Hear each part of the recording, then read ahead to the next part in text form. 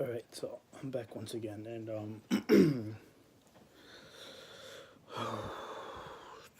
a couple of days ago, I posted on my Instagram story. If anyone had a question to ask me, feel free to ask away. And my friend asked me, "What was the craziest thing that has happened to me in my life?"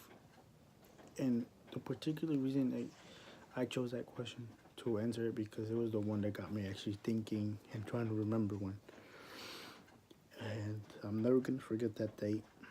That day that got me so scared, made my heart drop, and brought the most sentimental part of me.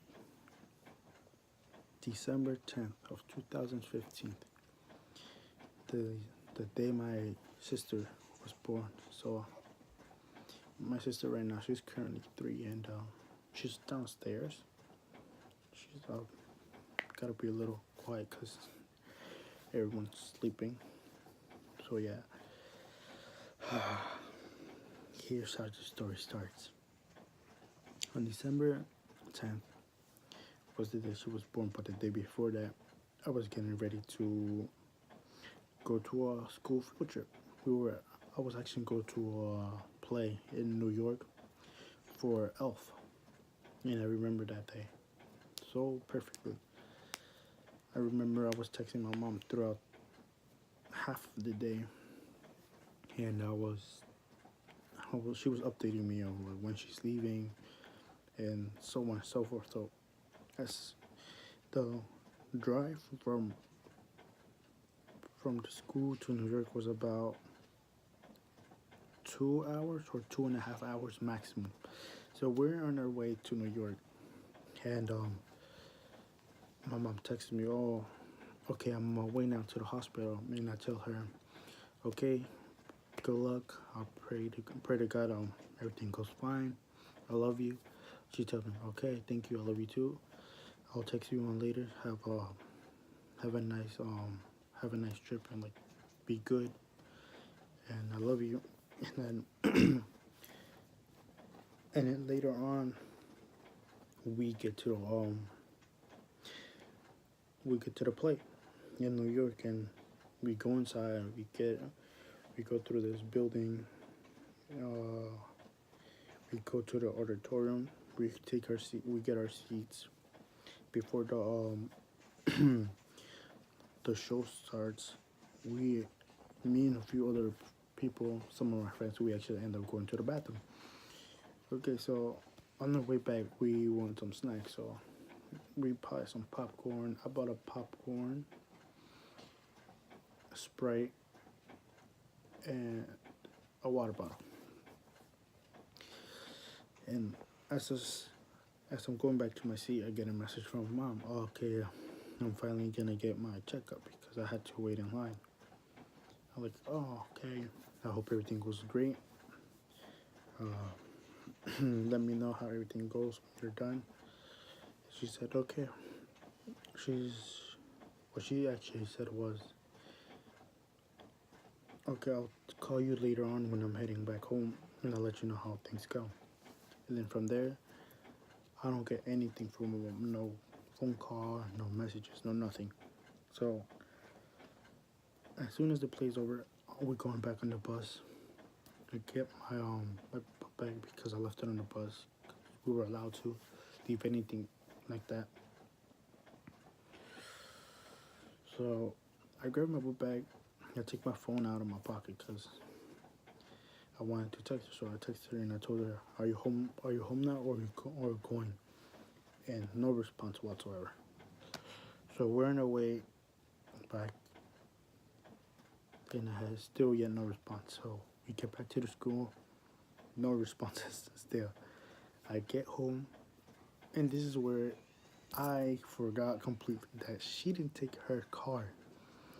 My stepdad's friend came, picked my mom up, and took her all the way over there to the hospital she needed to go to because it was pretty far. So I completely forgot about that. So I'm walking down the sidewalk thinking she's home. I open the door, I open the front door, I barge in her room, happy, and say, okay, how'd it go? And she's not there. And I was like, she's probably not here yet. So since I didn't have a response, and I just started being afraid, so I started trying to think positive and just say, for God's sake, probably her phone died. And that's what I tried to repeat to myself, but it was kind of hard. And so I'm going upstairs, and as soon as I think, I wish my mom could at least text me something. As soon as I open my door and get in and put 2 steps, literally 2 steps in my room, I get a phone call. And it's registered as mom.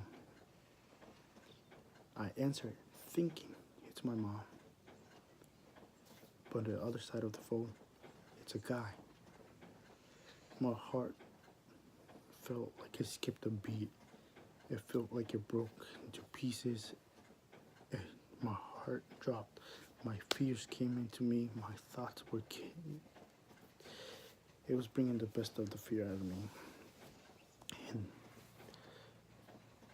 I exactly remember how the exact phone call went. The guy starts talking, and I just wanted to break down so bad, but I told myself, you have to hold it in, at least hear what he has to say first, then you can cry. And the guy asked me right away, are you Jay Ayala? And I'm like, yeah, who's this? And he's like, oh, okay. Okay, you know your stepfather, I'm his friend, my name is Gabriel. I took your mom to the hospital, and we're here in the room. I'm with her right now. She's okay. Don't get scared. She's perfectly fine. There was just a little problem with her bag. Her water was dried out, and your sister was suffocating. So the doctors needed to do a C-section on her. So just by that, I knew something was wrong. Everything was well. He told me my sister was okay. My mom was okay, but I was so afraid that I could have lost my mom or my little sister. Because way before this happened, when my mom told me the truth about her being pregnant with my little sister, because I didn't know, she completely surprised me when I came back from school. She told me, how would you feel if I was pregnant? And I told her I would be really excited. Like, I would just hope it's a girl, because I wanted a little sister. Because I had, like I've said before in the other previous video, two other older brothers and sisters, 4 of us, 3 males and my little sister.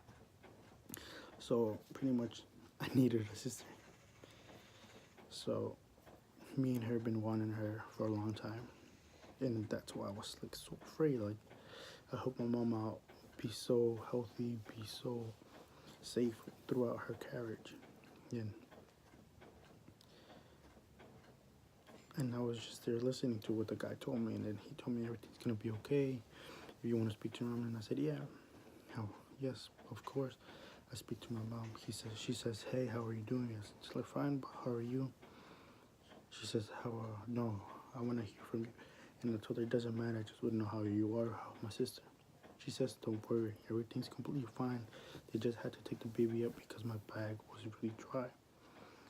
And yeah, that's pretty much what I remember what she told me, because other than that, I just remember me being so scared, so down and upset about it. Like, I was on the verge of crying while I was listening on the phone. And as soon as she gets back to me and hands down the phone to the guy, sorry, the guy tells me, okay, your mom's not gonna be home till like for 3-4 days. And I said, okay, fine, I'll be good then. Just tell her I said I love her, and if anything happens, like, message me or call me, alright? He's like, yeah, sure, I will, don't worry about it. Everything's gonna be fine, pray to God, and that everything keeps going well. And if anything happens, I'll call you, or let your mom call you. And I tell him, okay, thank you. And I paused for a few seconds, and I told him, all right, well, I'm gonna do things since my mom's like here because I think she'll want me to do a couple of things around the house. So I'm gonna go. He's like, oh, okay, then you're a great person just for that. And I'm like, I hope you have a nice like, okay, thank you so much for what you're doing and staying with my mom for a little bit. And then he hangs up the phone and literally, for me, literally, I cannot describe this so much further than it being like a movie scene when the male or the female character hits the wall with their back and then just start crying so bad, falling against the wall to the floor. That's exactly what happened to me. I grabbed the phone, smacked it into my head, into my face, and I started crying and crying. Like it was a cold, rainy puddle of tears. I put my back against the wall and I'm collapsing on it to the floor, crying. And I didn't stop crying for like, I would say a good 15 minutes probably. I just cried so much. And then when I stopped, I just went to my bed, I laid down. My head was hurting so badly because I was crying so much. And then I finally catch my breath because sometimes I can't breathe a lot when I cry so hard, and I just fall asleep. And then my stepdad comes and he goes knock on the door and he asks me if I'm fine. I'm like, yeah, I'm pretty good. Just a little upset about and concerned about my mom. He's like, oh, don't worry, I think it's gonna be fine. He said, don't worry, everything's gonna be fine. And I was like, yeah, I'm pretty God that everything stays fine. So he just asked me, do you want to come with me and we'll go see your mom at the hospital? And for me, going that day, I was literally so afraid because I was thinking the worst. Like, what if my mom was in a bad position? But I didn't want to go see her that day. So I told her, I'm fine. Just tell her I said I love her and that I miss her and I'm going to do the best that I can so she won't be stressed out about me. And he's like, okay, don't worry. Just don't think anything bad, okay? Everything's going to be fine, all right? So I close the door and I hear him go downstairs and then he leaves. And then the next day, he tries to get me again and once again I deny it. The third day, the day before she was actually supposed to come out, my aunt, her sister comes with my uncle and my little cousin. They come over and they come to me, try to comfort me a little bit, and they motivated me to go with them. And so we're in a way, and I'm just thinking, oh, please, God, please let everything be okay. I hope my mom's doing okay. I hope my sister's fine. So we get to the hospital and I see my mom on the bed, like she was pale, looked really skinny, and in my eyes she seemed like upset, but she wasn't. And I just gave her a tight hug and I told her, how are you doing? How's everything? How's my sister? And then she's like, it's okay, don't worry. Like, your sister was born premature. And like, oh, yes, I know. And then she's like, just look at your sister first. Don't worry about me. I'm doing fine. So I go to my sister and she's like this small little baby. Literally, I cannot lie about this. She was this small little baby. Literally, she's like the size. She was the size from the tip of my finger to like midway my forearm. She was so small. And it was just so heart-melting once I held her for the first time. And the first time I ever held her, that's when I felt like there was going to be a great bond between me and her. And then I just gave her first kiss on her forehead. And just like, I'm not sure if she did feel it, but like, it seemed like she did because she started moving her head more towards me. And after that, I just felt relief that everything was going to be okay. I stopped being so down. I stopped being so negative. All my thoughts were like cleared out. And then just after that, I just got more happy and excited for the date that we're going to come out, which was the next day after that. So I told her, if she was gonna need anything or anything for me to do at home. She just told me, no, as long as you're doing okay in school and not getting in trouble. And it's like, don't worry about that. I'm doing the best that I can. And we were there for an hour or two. We were just talking, and I was holding my sister for a little bit. So it was my aunt, and my stepdad was there with her. And then we just ended up coming back home, and then the next day they went back to go pick her up. So I just went with them, and I helped my mom carry my sister in her little baby carriage.